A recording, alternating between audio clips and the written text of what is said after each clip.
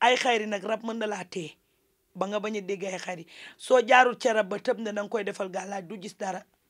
moo waral ngay gis nit ñu naan mënul dara xamul dara dafa jaarul ci yoon bi nit ki boo koy xoolal rawaanam ba pare xool lu mu bëgg ak lu mu laaj am na rawaan yoo xam ne kenn du leen yóbbu kenn du leen puus dañ leen ni xattar rek ñu tukki dinañ toll moment boo xam ne dinañ ñëw bu ñuy ñëwaat bu fekkee nga ànd ak sa téere wala nga yor sa garab dañ lay soriwaat boo demee ba nekk en état de grossesse dinañ fiir bëgg di ko yàq pour nga avorter wala ñu bëgg doom jooju du juddu moo waral des fois boo amul ay gàllaaj rek da ngay gis ñu naan dafa yàlla ndogalu yàlla ñëw na fekk am na yu bari yu ci rax